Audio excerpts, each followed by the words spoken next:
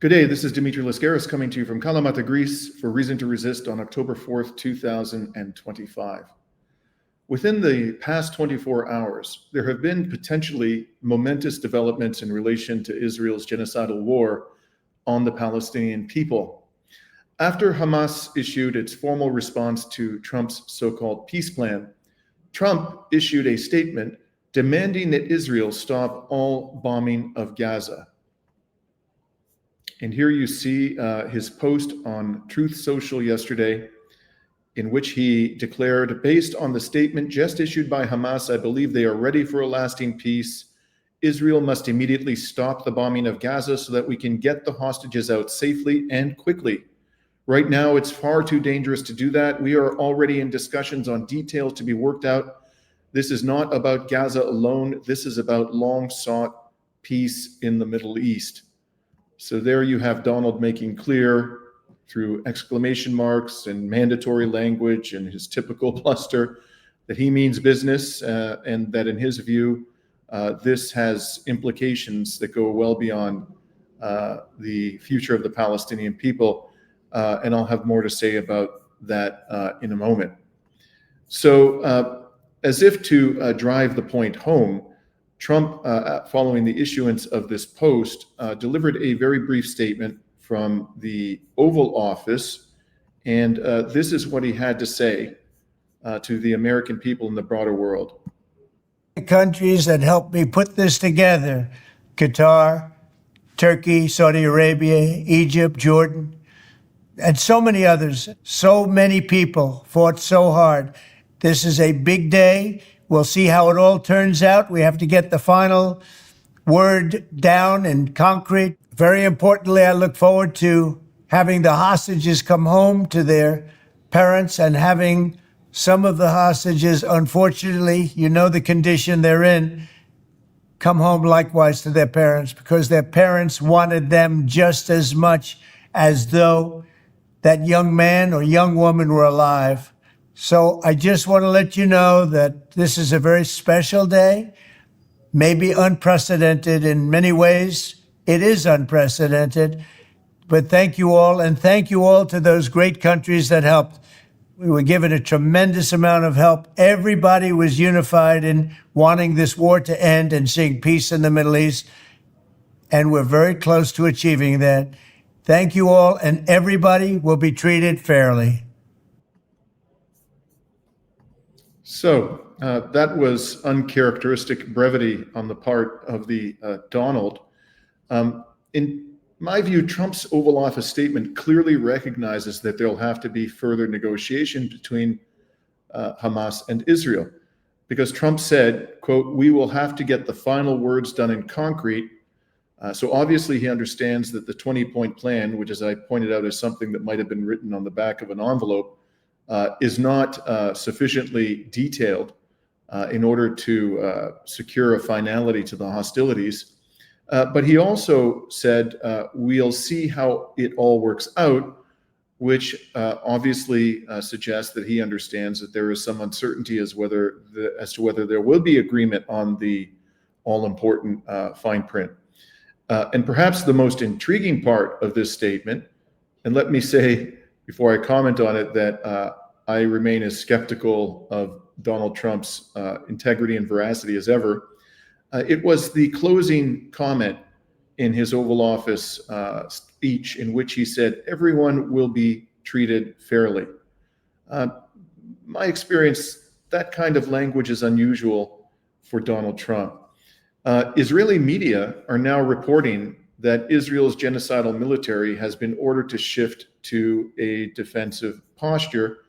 And I'll show you, for example, the headline of an article in this morning's Times of Israel. As you can see, it says IDF shifts to solely defensive operations in Gaza after demand from Trump as president pushes to end war. And the Times of Israel went on to report as follows: the IDF has been ordered to halt offensive operations in Gaza City amid a push by U.S. President Donald Trump to bring about an end to the war, the Times of Israel has confirmed. However, the military is still carrying out defensive operations, and the IDF said earlier that Chief of Staff Lieutenant General Eyal Zamir instructed troops to, quote, remove any threat, close quote. Palestinian media reports that some strikes are ongoing. By the way, that is also being reported by some Western media, such as The Guardian. And the Times of Israel continues. 4 Palestinians were killed in a strike in the Tufa neighborhood of Gaza City, and artillery shelling was carried out on an area north of Burej in central Gaza and in the Khan Yunis area in the Strip South, according to Palestinian media.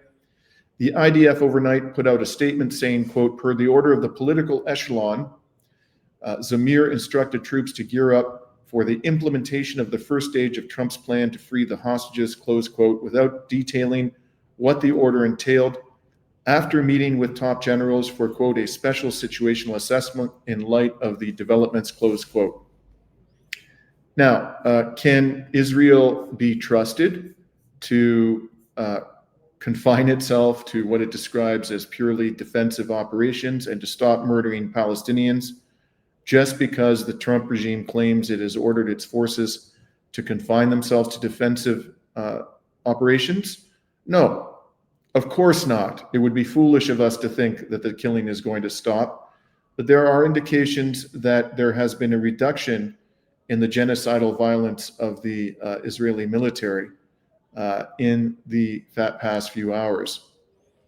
The Times of Israel reported something else this morning, namely that Trump's so-called peace envoy, Steve Witkoff, has been dispatched to Cairo for further negotiations. And you'll see there, it states on the Times of Israel website, U.S. Middle East envoy Steve Witkoff is expected to travel to the region in the coming days as Israel and Hamas prepare to hold brokered talks on the details of U.S. President Donald Trump's peace plan. The Cannes public broadcaster reports. The report says the first round of negotiations, that's right, negotiations, will be held in Egypt. Now, why am I placing so much emphasis on the fact that the parties are heading into what the Times of Israel describes as negotiations? Because when Trump and Netanyahu announced their dastardly ultimatum on September 30th, they tried really hard to convey the impression that their offer was final and that the resistance had to accept all of its terms with no amendment, or else Israel would finish the job. And here, in fact, is what the war criminal Netanyahu had to say about that subject, standing beside Trump in the White House on September 30th. Hamas rejects your plan, Mr. President, or if they supposedly accept it and then basically do everything to counter it, then Israel will finish the job by itself. This can be done the easy way, or it can be done the hard way. Now, as if to drive the point home that he was supposedly in a superior position, standing aloft the lowly population of the world on a perch that only the great Netanyahu could possibly climb and occupy, Netanyahu was so bold to declare right after that press conference in a Hebrew language interview that the IDF was not going to withdraw from the Gaza Strip as the plan envisioned. In fact, he said there was no way that Israel's genocidal military would withdraw from Gaza. And he also gloated that he had turned the table on Hamas and had isolated it after concerted efforts by many constituencies to isolate Israel. And here's what he had to say in Hebrew. There are subtitles here in the English language so you can get the translation. זה היה ביקור מצוין. גם ההתחלה באום וגם הסיום בוושינגטון. זה הביקור הרביעי שלי בוושינגטון מאז שהנשיא טראמפ נבחר. זה ביקור היסטורי. במקום שהחמאס יבודד אותנו, הפכנו את היוצרות ובודדנו את החמאס. עכשיו כל העולם, גם העולם הערבי והמוסלמי, לוחץ על החמאס לקבל את התנאים שהצבנו יחד עם הנשיא טראמפ, לשרת כל חטופינו, החיים והחללים כאחד, כשצה"ל נשאר ברוב הרצועה. מי היה מאמין לזה? So just pausing there, he said, while the IDF remains in the Gaza Strip, and he goes on after claiming that the entire Arab and Muslim world, not just, the Arab autocrats and a couple of, vassals of Washington and the non-Arab Muslim world, but the entire Muslim and Arab world, which, by the way, includes Iran and includes Yemen, and includes countries such as Algeria, none of whom, as far as I know, has evinced the slightest support for this plan. He claimed with a straight face that all of them support the 20-point peace plan. And he goes on and he says this. הרי כל הזמן אומרים, אתה חייב לקבל את התנאים של החמאס, להוציא את כולם, צה"ל צריך לצאת החוצה, והחמאס יכול להשתקם, הוא יכול גם לשקם את הרצועה. לא ולא, זה לא קורה. ההפך, והנשיא טראמפ הוסיף, שאם החמאס יסרב, הוא ייתן כל הגיבוי לישראל להשלים את הפעולה הצבאית וחיסולו. ולכן אני חושב שמכל צעד זה היה ביקור מצוין. ראש הממשלה, יש שאלה שנשאלת, האם הסכמתם למדינה פלסטינית? ממש לא, זה גם לא כתוב בהסכם. אבל דבר אחד כן אמרנו, שאנחנו נתנגד בתוקף למדינה פלסטינית. הנשיא טראמפ גם אמר את זה, הוא אמר שהוא מבין את זה, הוא אמר באו"ם גם שזה יהווה פרס עצום לטרור וסכנה למדינת ישראל, וכמובן שאנחנו לא מסכימים. תודה רבה, ראש הממשלה. So there's no wiggle room there. There's no equivocation. He is adamantly opposed, will never agree to the creation of a Palestinian state.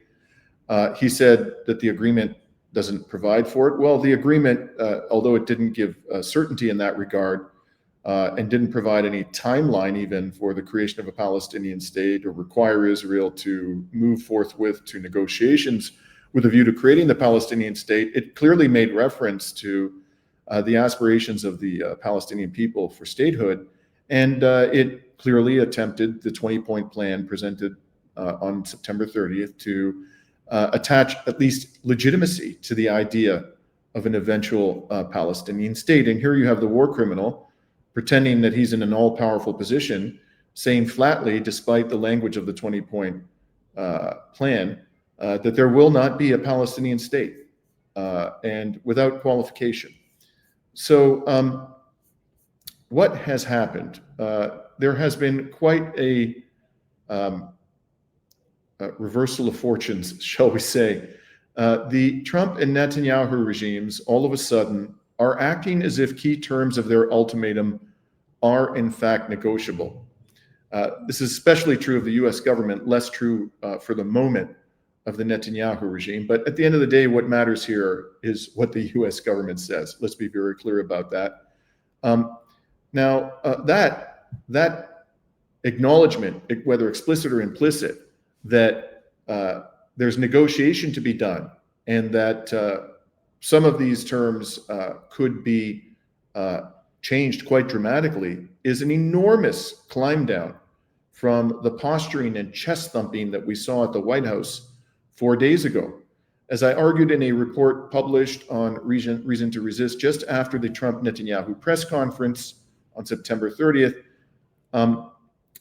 in fact, although they attempted to project power and being in position of superior authority, the Netanyahu and Trump regimes were putting forward this plan from a position of profound weakness and also isolation. And I think the events of the last 24 hours suggest that that interpretation was correct. Their position is not nearly as strong as they pretended to be, simply because you are able to mass murder children and women and elderly and non-military younger men. It does not mean in any way, shape, or form that you are in a position of strength vis-a-vis the ultimate conflict or the resolution of the ultimate conflict. Mass murdering civilians is not strength. If anything, it is a sign of weakness in every sense of the word, above all, moral weakness. So to understand just how big a climb down this is for Netanyahu and Trump, we'll have to take a closer look now at how Hamas actually responded to the ultimatum. According to Washington's vassals in Qatar, Hamas has issued an approval of Trump's plan to end the war on Gaza. And here's a post today from the Resistance News Network channel on Telegram, quoting the Qatari Ministry of Foreign Affairs. Qatar welcomes the announcement by the Hamas movement of its approval of President Trump's proposal to end the war in Gaza. We welcome Hamas's announcement of its readiness to release all captives within the exchange formula contained in the proposal. We affirm our support for Trump's statements calling for an immediate ceasefire to facilitate the release of prisoners. Now, there's nothing in here suggesting that Hamas has rejected any part of Trump's plan. There's just a bald assertion that Hamas has expressed its approval of President Trump's proposal to end the war in Gaza. But then the Qatari Foreign Ministry goes on to specify that there has been an announcement by Hamas of its readiness to release all captives within the exchange formula contained in the proposal. That's partially true, as we're about to see. And finally, they go on to express support for Trump's call for an immediate ceasefire. This leaves a lot out of the analysis that you really need to have information, critical information, to understand just how little of the 20-point peace plan Hamas has actually acceded to. So with that, let's examine closely the main response of Hamas. As I'm going to show you, there have been a number of statements that have come out of Hamas through various channels in the last 24 hours, but here is the main response. So here up on the screen, I have posted the main response of Hamas as an organization. There's no particular name on this statement, so it represents the position of the organization as a whole. And you can see in the upper right-hand corner, it was issued yesterday, October 3rd. And I'm going to go through this in some detail. It merits careful attention because it is meticulously crafted, I think, with a high degree of sophistication. So it starts out by saying, regarding Hamas's response to the proposal of US President Donald Trump, out of keenness to stop the aggression and the genocidal war being waged against our steadfast people in the Gaza Strip, and stemming from national responsibility and our concern for our people's constant rights and higher interests, the Islamic resistance movement, Hamas, has conducted in-depth consultation with its leadership institutions, broad consultations with Palestinian forces and factions, and discussions with brotherly mediators and friends in order to reach a responsible position in dealing with President Donald Trump's plans. I think Hamas is trying here to highlight its concern. This is not simply a statement that's addressed to the world, the broader world, and to the West, the United States, the Israeli regime. It's a statement, importantly, that's being addressed to the Palestinian people themselves. And, they want clearly for the Palestinian people to understand, and supporters of the Palestinian people to understand, that they possess a strong desire to bring the slaughter of the Palestinian people to an end. The implication, I think, being, or intended to, the message that is being intended to convey here is that they are ready to make some concessions because of the urgent need to stop the slaughter. But to stop it, and this is very important, in a way that is definitive and that allows the rehabilitation of the lives and the communities of the people in the Gaza Strip, leading ultimately to their liberation and sovereignty. So they go on and they state, after thorough study, the movement has made its decision and delivered the following response to the brotherly mediators. The Islamic resistance movement, Hamas, values the Arab, Islamic, and international efforts, as well as those of US President Donald Trump. I can imagine it was a bitter pill for them to swallow to say that, but these are obviously people who understand that when you're trying to get a peace deal done, and if you're serious about bringing a peace deal done, this, by the way, is not a lesson that many leaders in the West appear to have learned. You have to show some respect and deference to the other people on the other side of the table, whether you like it or not, however you may feel about them. And I can tell you from having negotiated dozens of settlements of class actions involving hotly contested issues, sometimes bitterness between the parties and between the council, and large sums of money and considerable reputational stakes. If you want to get a deal done, when you sit down at the table and you're negotiating, it's absolutely essential that you refrain from any kind of pejorative language and that you be as respectful as you can with your interlocutors. This is something I think which the Islamic resistance understands better than most leaders in the West, because it must have been a very, very painful thing for them to say anything positive about Donald Trump. And they go on to say, they refer to the efforts to halt the war on the Gaza Strip, enabling, and here they itemize all the parts of the plan that they agree with. Enabling captive exchanges, so not just the release of the POWs, obviously, but a sufficient number of Palestinian hostages, and there are thousands and thousands of them being held by Israel in its dungeons. And then ensuring the immediate entry of aid. They, of course, agree with that. Rejecting the occupation of the Strip, which the ICJ declared to be illegal last year, and rejecting the displacement of our Palestinian people from it. That, by the way, is not a gift to the Palestinian people. No one has the right to remove any Palestinians from the Gaza Strip. And the 20-point plan, one of the good things in it was that it finally recognized that the Palestinian people have a right to remain. And if any of them decide to leave temporarily on a voluntary basis, they would have the right to return to the Gaza Strip. So they're saying, here are the parts we agree with. And then they go on and they say, and this is a really, I think, an important and subtle formulation that they use in announcing their agreement to release the POWs. They say, in this context, and in a manner that ensures an end to the war and the full withdrawal from the Strip, the movement announces its approval to release all occupation captives, both living and bodies, in accordance with the exchange formula contained in President Trump's proposal, with the provision of field conditions necessary for the exchange progress. In this regard, the movement affirms its readiness to immediately enter through mediators into negotiations to discuss the details. The critical language in this paragraph is, in a manner that ensures an end to the war and the full withdrawal from the Strip.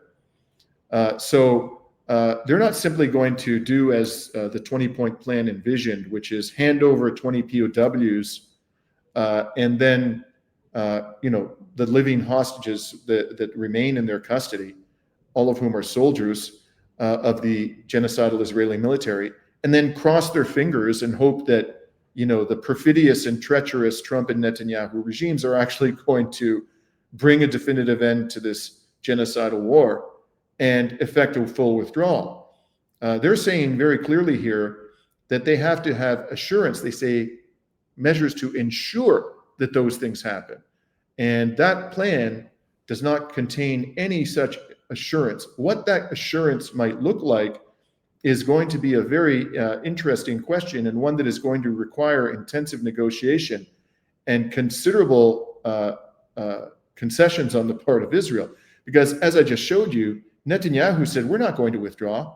We're not withdrawing at all, out of the question. And we know that the ultimate agenda here of this genocidal regime in Israel, and particularly the most fanatical members of it, Smotrich and Ben-Gvir, is to remove the Palestinian people from Gaza, but not just that, also to take Gaza over and claim it as Israeli land and to settle it with illegal Israeli settlers. That is the clear objective, and they've made no bones about that.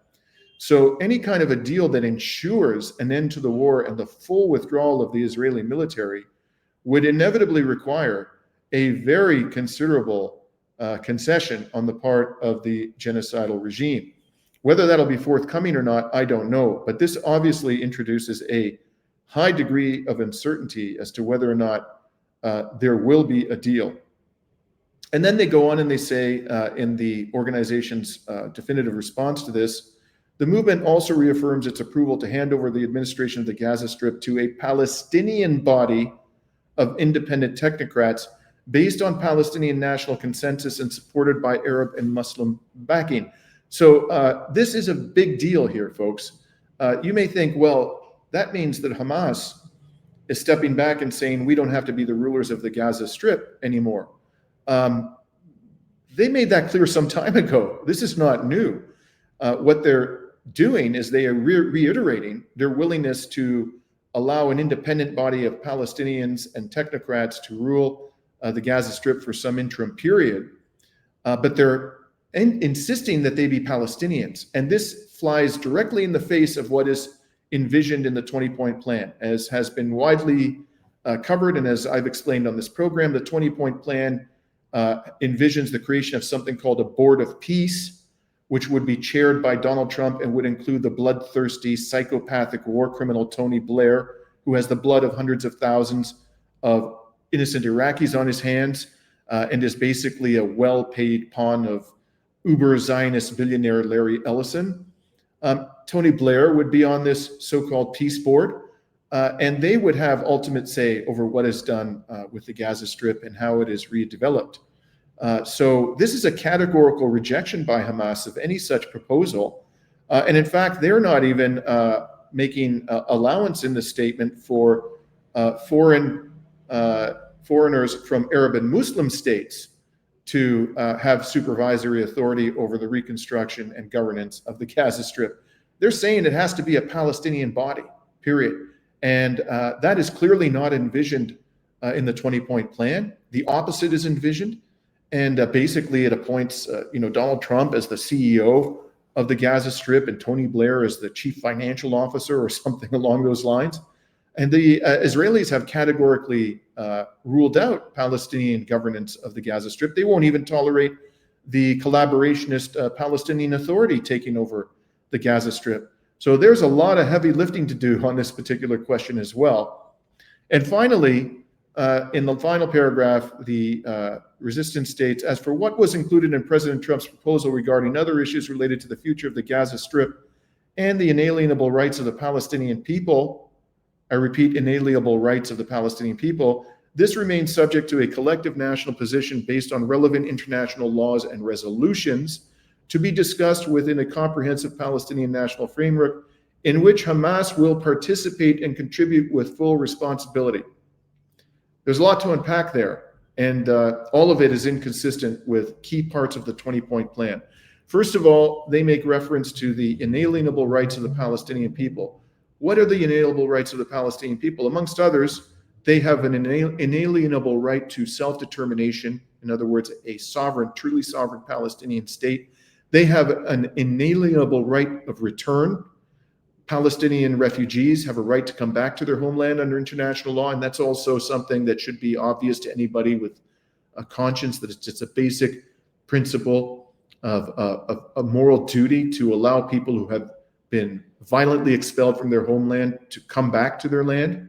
And finally, they have an inalienable right to take up arms against their oppressor.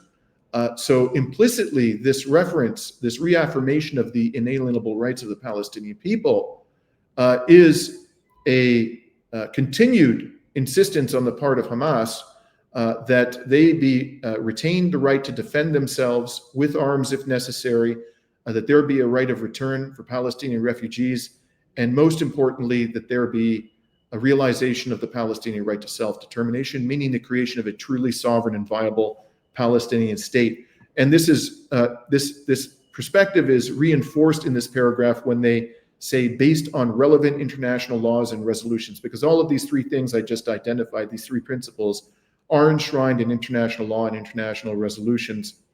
And finally, this paragraph says Hamas will participate in those discussions. This too has been ruled out categorically by the 20-point plan, which says, we're going to give an amnesty to Hamas officials.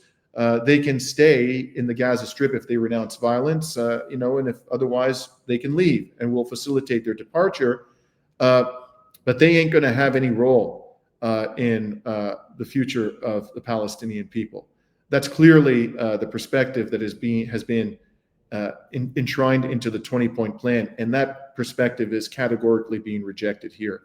Now, if you have any doubts about my interpretation of the main Hamas response to the plan, well, there's a lot more that has come out within the past 24 hours, which confirms that in a very diplomatic manner, in a very subtle and nuanced sort of way, Hamas is rejecting key parts of the plan. So I'd like to take you, for example, to a statement about the weapons of Hamas, or the disarming of Hamas.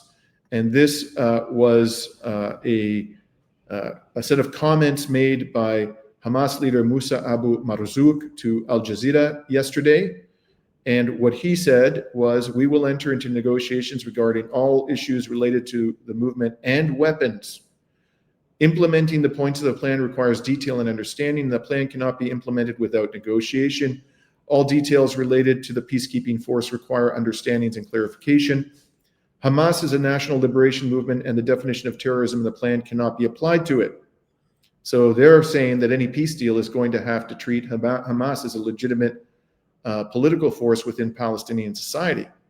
That is certainly not what is envisioned in the 20-point plan, and something to which, up until now, both Netanyahu and the US government have been hotly opposed.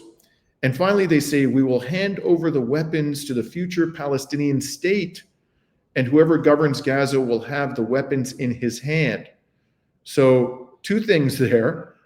They're saying, we ain't giving up our weapons until Palestine has a state. The Palestinian people have a state, a real state. They're not giving up any arms in the interim.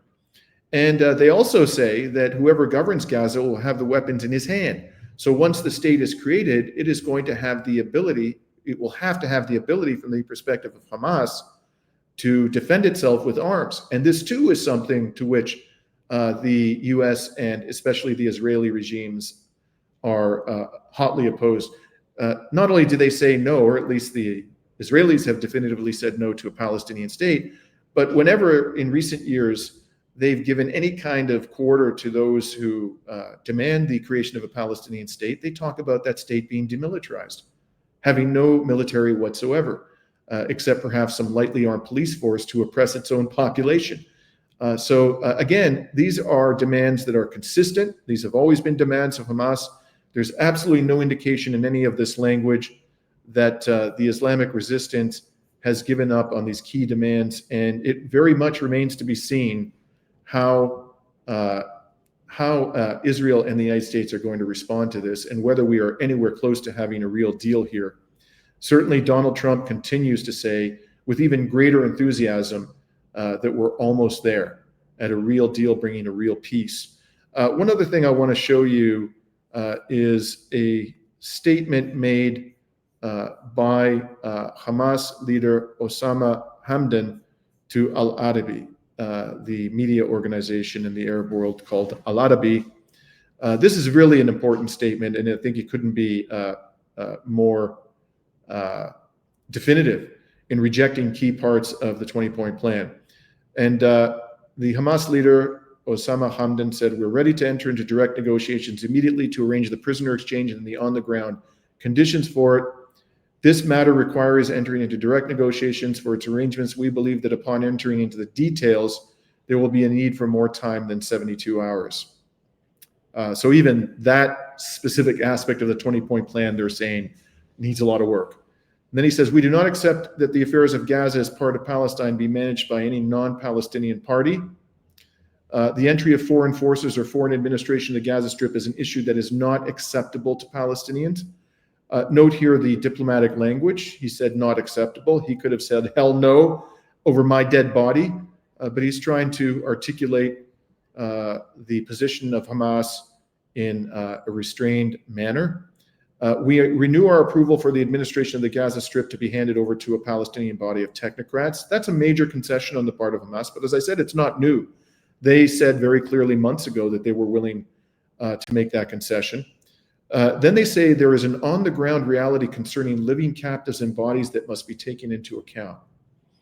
I find that to be a very interesting statement. I think it's hard to know exactly what is meant here, but I think what the leaders of the resistance, particularly the military arm of Hamas, on the ground in the Gaza Strip have come to the conclusion that they simply can't continue for an indefinite period to protect the Israeli POWs because of the famine, the spreading famine in the Gaza Strip, and also because of the murderous bombardment and other forms of assault on Gaza City, where many, if not all of the POWs were thought to be detained, and just the general,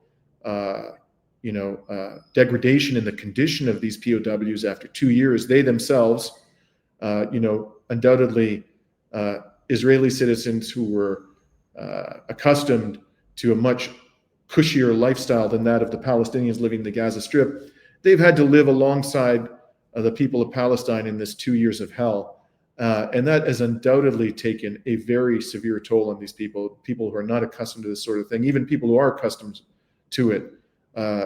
It's an extraordinary challenge to survive something of such terrible violence and sadistic behavior. So it's undoubtedly the case that these 20 POWs are in a greatly weakened condition, extremely traumatized, and perhaps on the verge of starvation. So I think what we're being said here when they say there's an on-the-ground reality concerning living captives and bodies that must be taken into account is that this war goes on much longer. They may end up losing all of the POWs, and then nobody wins. Israel would lose, the families of the POWs would lose, and the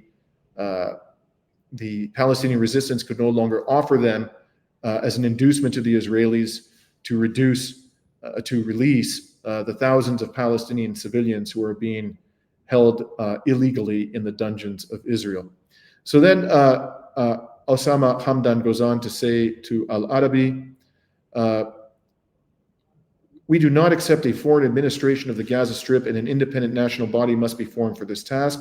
There is a Palestinian national agreement for Gaza to be administered by a Palestinian body. So apparently there's already an agreement in place for that purpose. And he says attempts to exclude Hamas from the Palestinian political process will not succeed.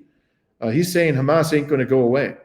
And in that regard, and as I've said repeatedly, why aren't we telling the Israelis that Likud has to be abolished and disarmed? Or even more so, the fanatical, genocidal, overtly racist parties of Bezalel Smotrich and Itamar Ben-Gvir, why aren't we telling them that they have to dismantle those political parties? After all, they're the ones who are perpetrating the genocide. The Palestinians are on the receiving end of their genocidal rampage.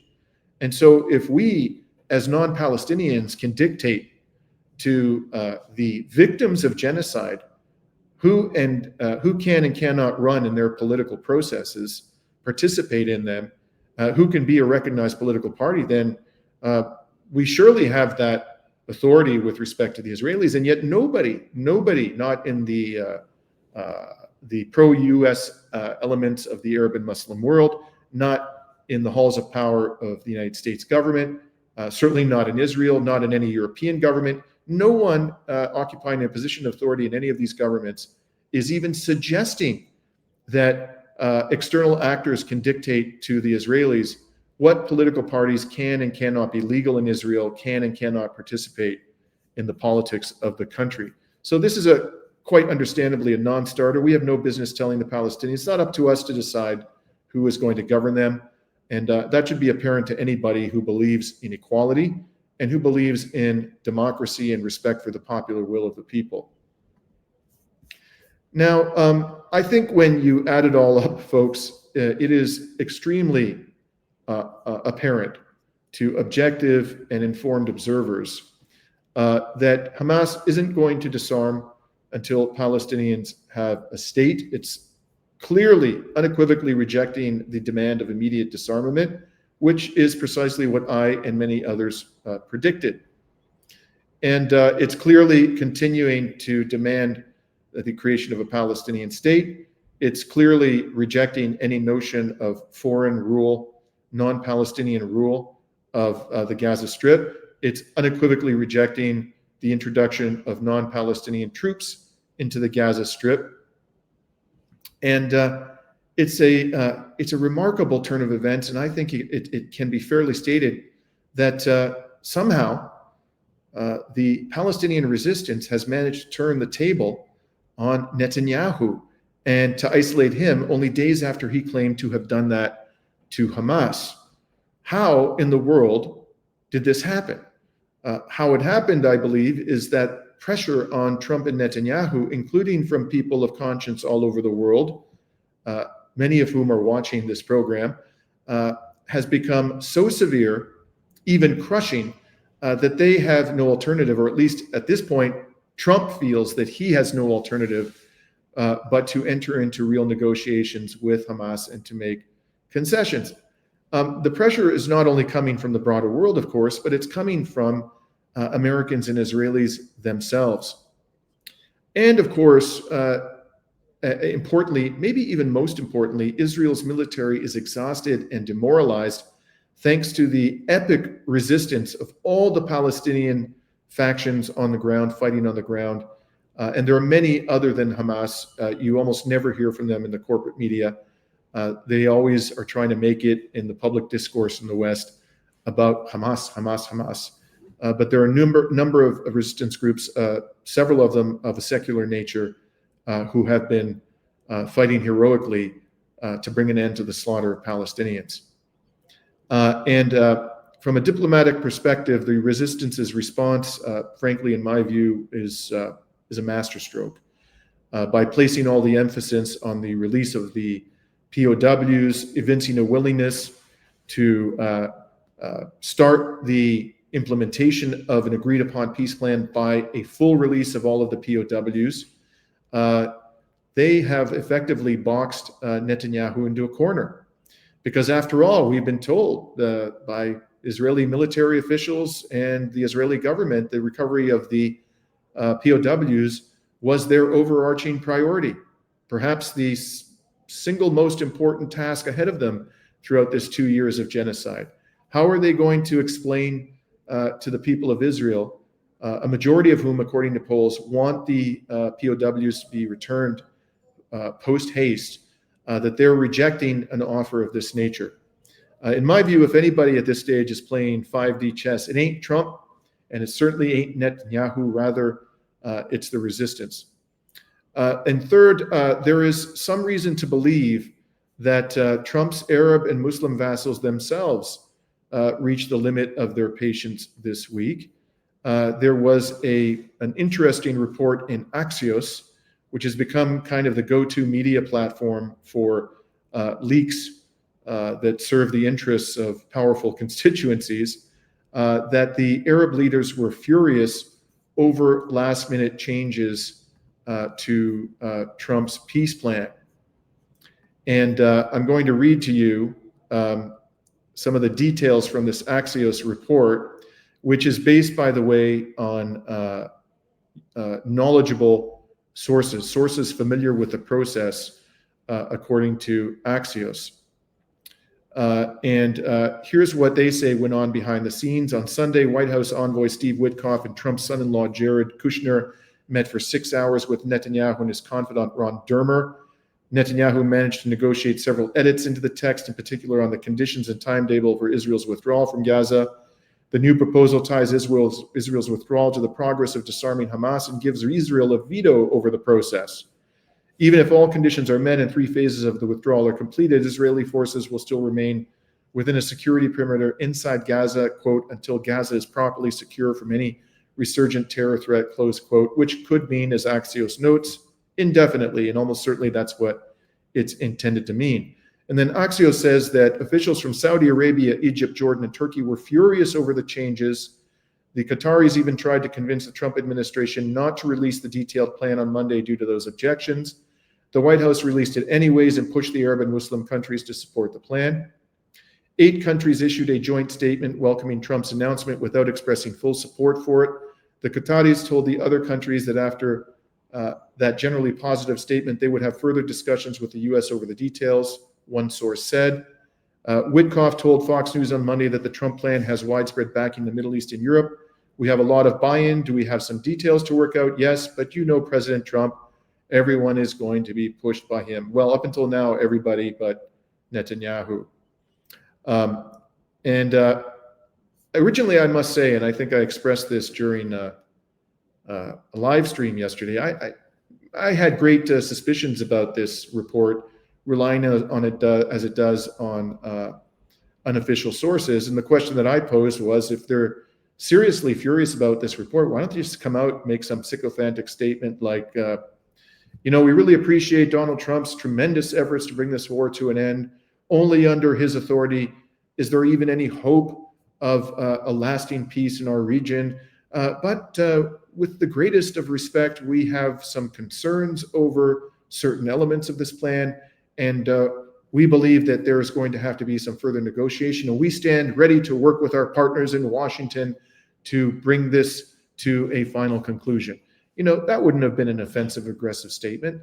They could have made such a statement. So based on their failure to officially evince any kind of disagreement with the 20-point plan put forward by Trump and Netanyahu on Tuesday, I was suspicious about what was really going on here, and was suggesting that this was inclined to the view that these leaks to Axios were simply designed to create some doubt in the minds of people in the Arab and Muslim world about whether these regimes actually supported this plan, because they saw very clearly and immediately, these regimes, how upset people were about this betrayal. Because this plan, the 20-point plan, if it's supported by any Arab and Muslim leader, would constitute a profound betrayal, not only of the Palestinian people, but the broader Arab and Muslim world by that leader. But now, in light of what's happened in the 24 hours, I've revisited my interpretation of this article and the leaks to Axios, and I'm beginning to think that maybe, in fact, the Arab and Muslim vassals were quite irate about how all of this played out in Washington on Tuesday. Maybe they're feeling particularly vulnerable to pressures within Arab and Muslim society to pressure Trump behind the scenes to make concessions to the Palestinian resistance. And that might explain why, in his statement yesterday from the Oval Office, the one I played at the outset of this report, Trump heaped so much praise upon his Arab and Muslim vassals. Whatever is going on, we should assume that much of it is being kept from public view. All of us, including me, and I readily admit this, are being forced by behind-the-scenes deals and machinations to make sense of it all based on highly imperfect information. Anyone who claims to have the definitive interpretation of these complex and rapidly evolving developments is selling you snake oil, my friends. I doubt that even the most privileged insider knows exactly and entirely what is going on. So, for example, it's almost certainly the case that Arab and Muslim leaders are having discussions among themselves, including with Palestinian resistance groups, about which Trump knows little or nothing. And by the same token, Trump is almost certainly keeping his Arab and Muslim vassals in the dark about some of his discussions with Netanyahu, or with Israel's military leaders, or with Washington's European vassals. Where all of this will lead, of course, no one who is being honest and objective can say for sure. We can only do our best to predict and to prepare for what is to come. And as always, our role is to continue to shine a light on the crimes of our governments and to escalate our pressure upon them to end their crimes. And finally, let us not forget about Iran. There are signs that Israel and the US are gearing for another war on Iran. Netanyahu, in his most recent speech to a largely empty United Nations General Assembly, placed all of the focus on what he described as the existential threat of the Iranian government.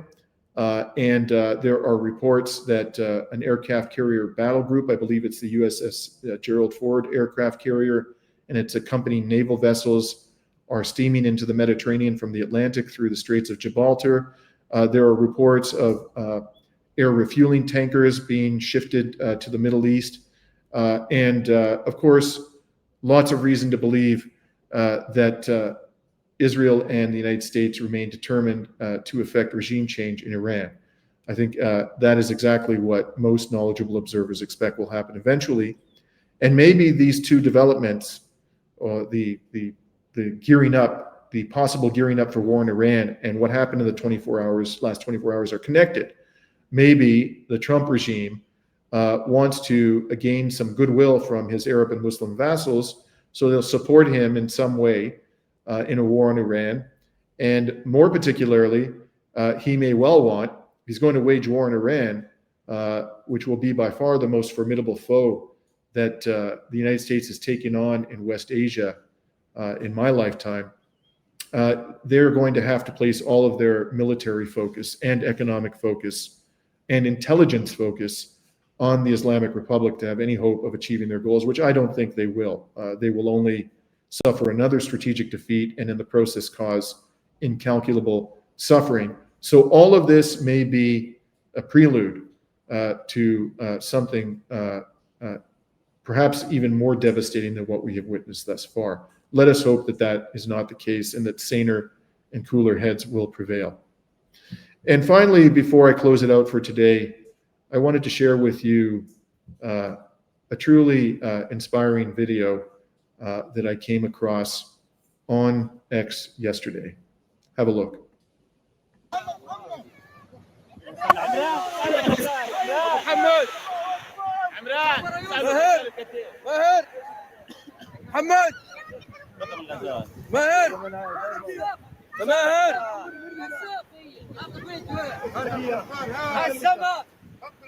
ابو عبد الله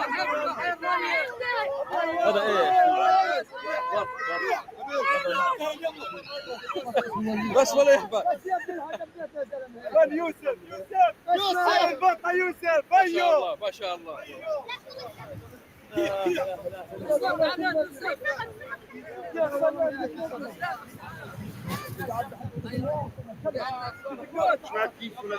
لا والله هم الساعات اطلع فوق بتلاقي يوسف على يا رب بالمخيم قطر عمر ثاني امين.